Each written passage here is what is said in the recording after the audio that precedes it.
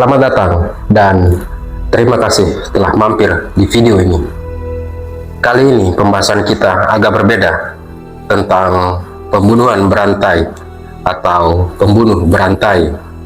Tapi sebelum lanjut ke pembahasan, jangan lupa untuk subscribe karena subscribe itu gratis. Like videonya dan aktifkan tombol notifikasinya agar kalian tidak ketinggalan video-video terbaru yang saya bagikan. Serta coretkan komentar positif kalian agar kita bisa berbagi pendapat. Tanpa banyak kata-kata lagi, siapkan jiwa, mental, serta batin kalian dan mari kita buka arsipnya.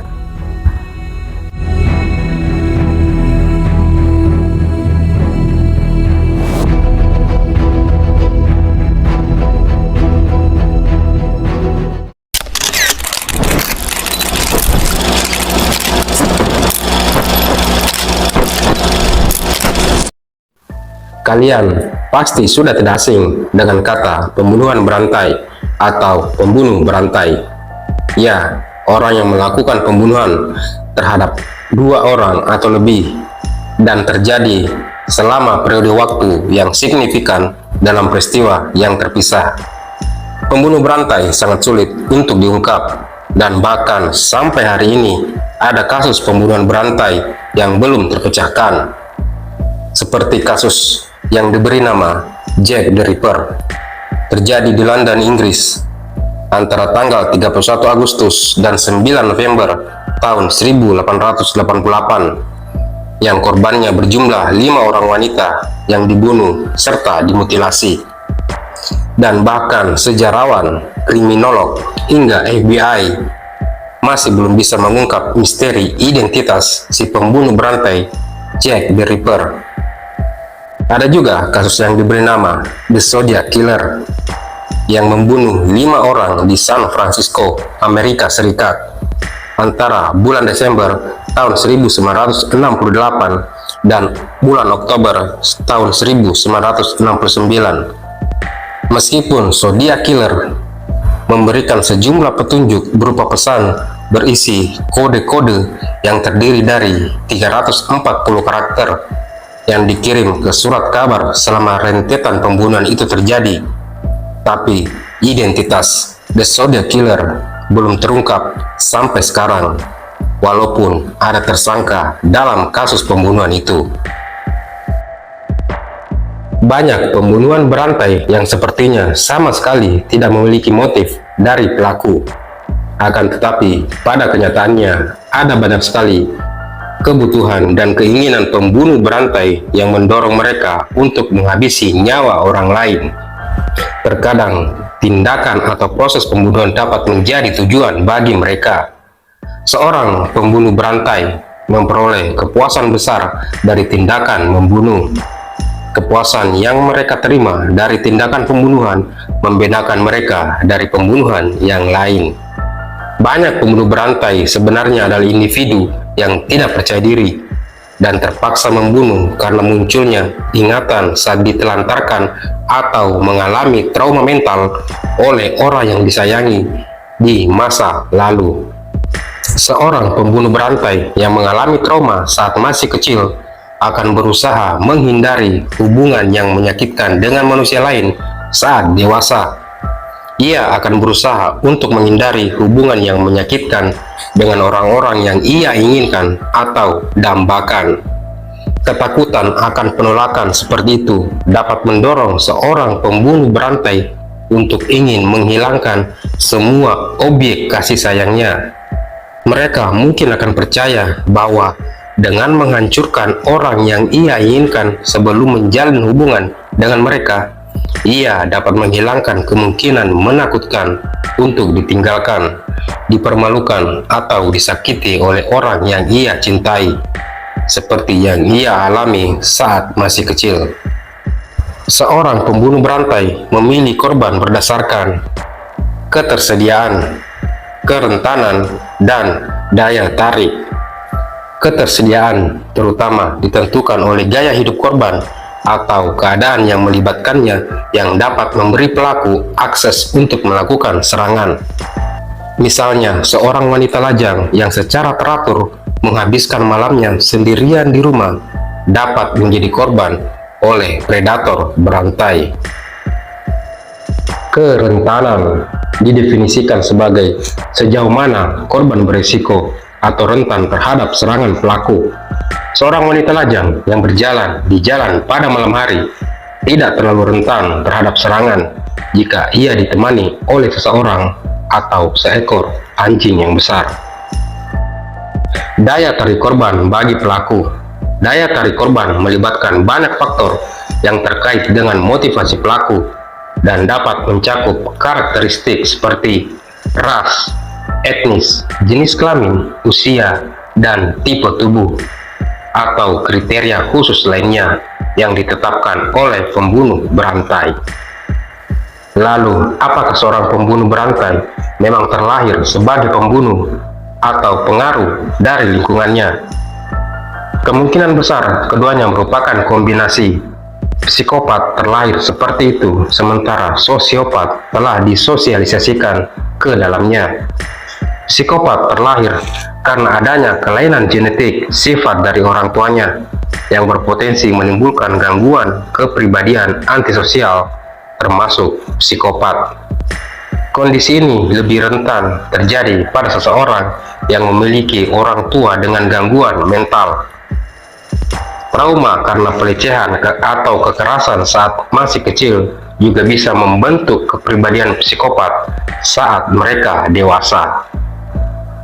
Sosiopat adalah gangguan jiwa yang ditandai dengan perilaku sikap dan pola pikir antisosial.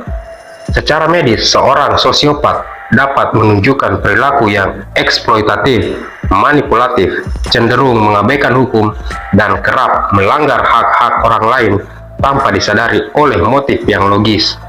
Bahkan, mereka cenderung tidak dapat memenuhi tanggung jawabnya terhadap diri sendiri, keluarga, dan pekerjaan. Namun, seorang sosiopat masih bisa hidup berdampingan dengan orang lain, meskipun seringkali kesulitan untuk membentuk hubungan yang sehat.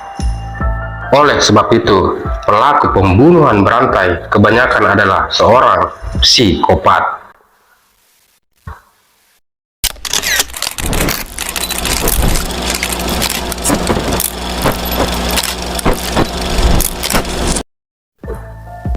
Liu Pengli. Mungkin di telinga kalian, nama Liu Pengli ini sangat asing didengar. Dia adalah seorang pangeran dari dinasti Han di Tiongkok, Cina pada abad kedua sebelum Masehi. Liu Pengli disebut sebagai pembunuh berantai pertama di dunia yang tercatat dalam sejarah. Aksinya yang sangat kejam dan suka membunuh banyak orang secara berantai dengan cara merampas harta milik korban lalu membunuhnya. Tidak diketahui pasti berapa jumlah korban yang telah dia bunuh, tapi diperkirakan ada lebih dari 100 orang telah menjadi korbannya, dan dia melakukannya seorang diri.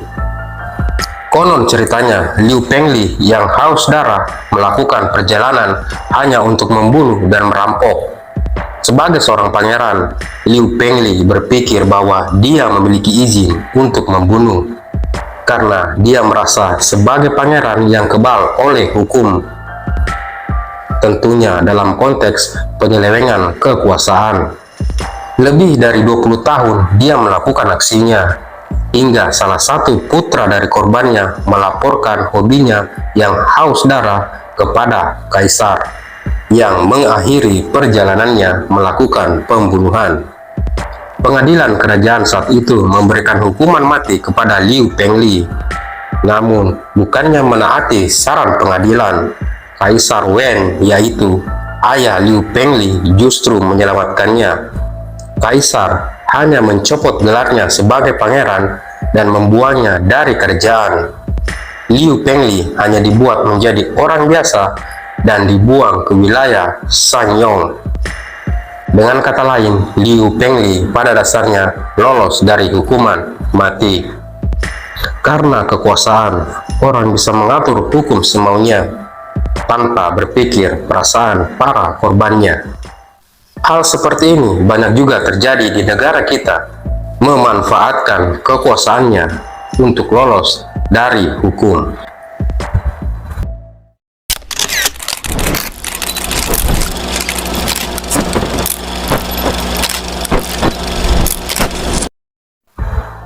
Berbicara tentang pembunuhan berantai, di Indonesia juga pernah terjadi banyak kasus pembunuhan berantai, seperti kasus pembunuhan yang dilakukan oleh Antonius Rio Alex Bulo, atau lebih dikenal dengan nama Rio Martil, yang membunuh 4 orang dengan palu antara tahun 1997 dan tahun 2001, lalu kemudian membunuh teman satu selnya pada tahun 2005.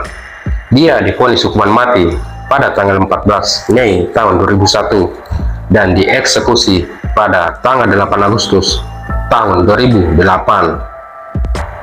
Siswanto alias Robot Gedek, pelaku kasus pembunuhan berantai yang menghebohkan di tahun 1996, diketahui jumlah korban dari aksinya sebanyak 12 orang anak laki-laki yang berumur dari 9 tahun hingga 15 tahun.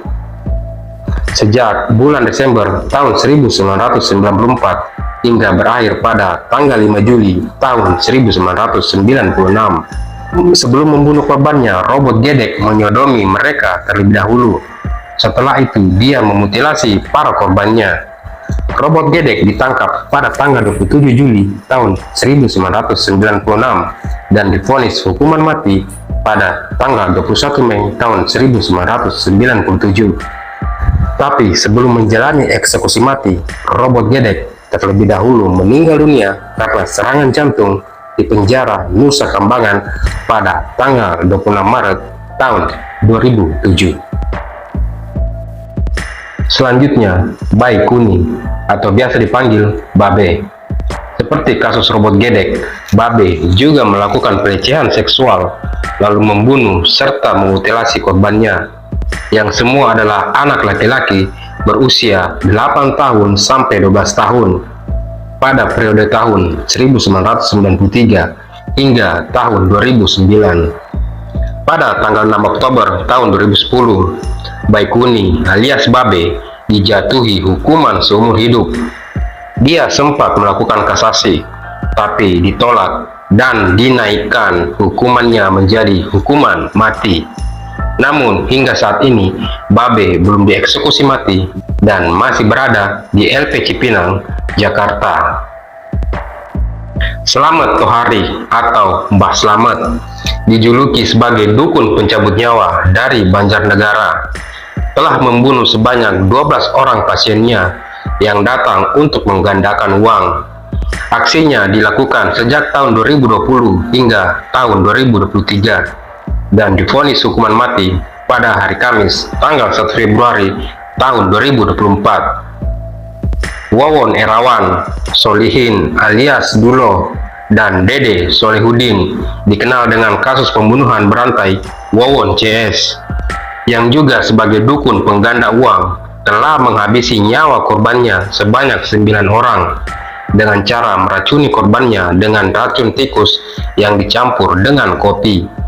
Dalam rentan waktu tahun 2016 hingga tertangkap pada bulan Januari tahun 2023. Dan Wawon CS dijatuhi vonis hukuman penjara masing-masing seumur hidup pada hari Rabu tanggal 1 November tahun 2023. Kemudian Ferry Idam Hernyansah atau dikenal sebagai Rian Jombang adalah pelaku pembunuhan berantai selanjutnya, yang membunuh 11 orang dengan cara memukul korbannya dengan linggis, juga menggunakan pisau hingga memutilasi korbannya.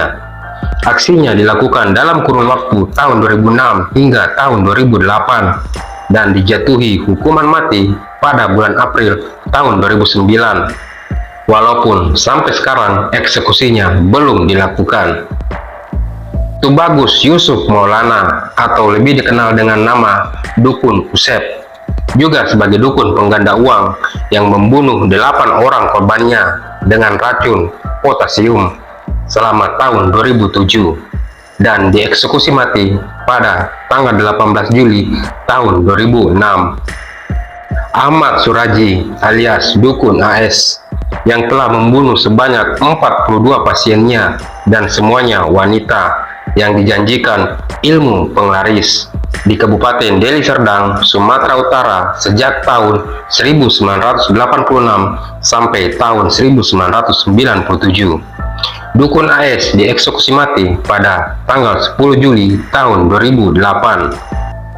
Dan Muhammad Rian atau lebih dikenal dengan Rian Bogor melakukan pembunuhan terhadap 2 orang wanita pada bulan Februari dan bulan Maret tahun 2021 secara acak dan berkenalan melalui media sosial, mengajak mereka untuk bertransaksi seks, dan setelah bersetubuh, Rian langsung mencekik korban hingga meninggal.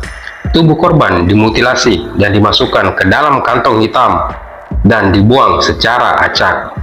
Selain melakukan pembunuhan, Rian juga mengambil barang-barang berharga milik korban dan divonis hukuman penjara selama 13 tahun pada hari Selasa, tanggal 23 November tahun 2021. Itulah beberapa kasus pembunuhan berantai yang pernah terjadi di Indonesia, dan kita berharap tidak akan terjadi lagi kasus-kasus seperti itu. Dengan banyaknya tindak kejahatan yang telah terjadi, sebaiknya kita lebih berhati-hati dalam menjalani kehidupan kita sehari-hari, lebih menghargai dan sopan terhadap orang-orang yang berada di sekitar kita. Mungkin beberapa tips ini bisa dijadikan masukan untuk menjaga diri agar terhindar dari tindakan kejahatan. Yang pertama, waspada dengan keadaan sekitar.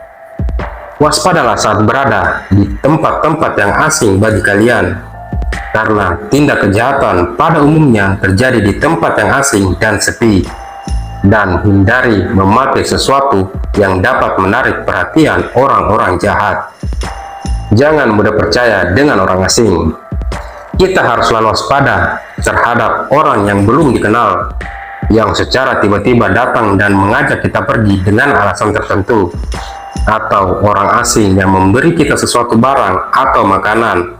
Mungkin saja dalam barang atau makanan itu sudah diberikan sesuatu yang dapat mencelakai kita. Jangan pulang hingga larut malam, khususnya bagi perempuan. Hindari pulang larut malam. Hampir seluruh aktivitas masyarakat terhenti saat larut malam, sehingga jalanan mulai sepi, dan situasi ini berpotensi menimbulkan tindak kejahatan. Jangan pergi sendirian ke tempat asing. Hindari untuk bepergian seorang diri, terutama bagi perempuan. Kalau memang mendesak dan tetap harus pergi, baiknya mengajak teman atau keluarga untuk menghindari tindak kriminal, karena pelaku kejahatan lebih berniat untuk menjalankan aksinya apabila korban sedang sendirian. Selalu membawa alat pertahanan diri. Saat bepergian, tidak ada salahnya kita mempersiapkan diri dengan beberapa benda seperti semprotan merica, pisau lipat, atau alat pertahanan diri lainnya. Dan juga kita bisa belajar bela diri sebagai pertahanan untuk melawan saat pelaku kejahatan mengancam. Selalu mengunci pintu rumah Anda. Salah satu target dari aksi kejahatan adalah tempat tinggal atau rumah. Apalagi jika lokasi rumah kita berada dalam situasi yang sepi dan tingkat keamanan yang kurang. Oleh karena itu, pastikan rumah selalu dalam keadaan terkunci, walaupun kita sedang berada di dalam rumah. Hati-hati menggunakan dunia maya. Kejahatan tidak hanya terjadi secara langsung, karena banyak juga aksi kejahatan di dunia maya atau cybercrime. Serta laporkan ke pihak yang berwenang. Jika kita merasa terancam dengan situasi yang tidak aman, jangan takut untuk melaporkannya ke pihak yang berwenang, agar dapat mengantisipasi terjadinya suatu tindak kejahatan. Itulah beberapa tips yang bisa kita lakukan agar terhindar dari orang-orang yang berniat jahat.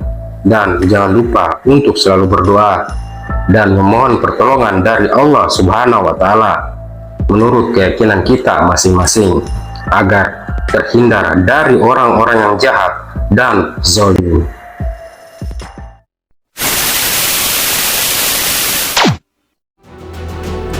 Itulah salah satu arsip yang telah kita bahas kali ini. Semoga kalian meresapi kisahnya, mengambil hal positif dari kejadian itu. Tetap berhati-hati, tetap waspada, jaga diri kalian, dan cermat dalam memilih. Karena tindak kejahatan tidak mengenal siapa kalian dan kapan akan terjadi. Terima kasih telah menonton video ini, dan nantikan kisah-kisah nyata kriminal lainnya di Kriminal Arsip selanjutnya.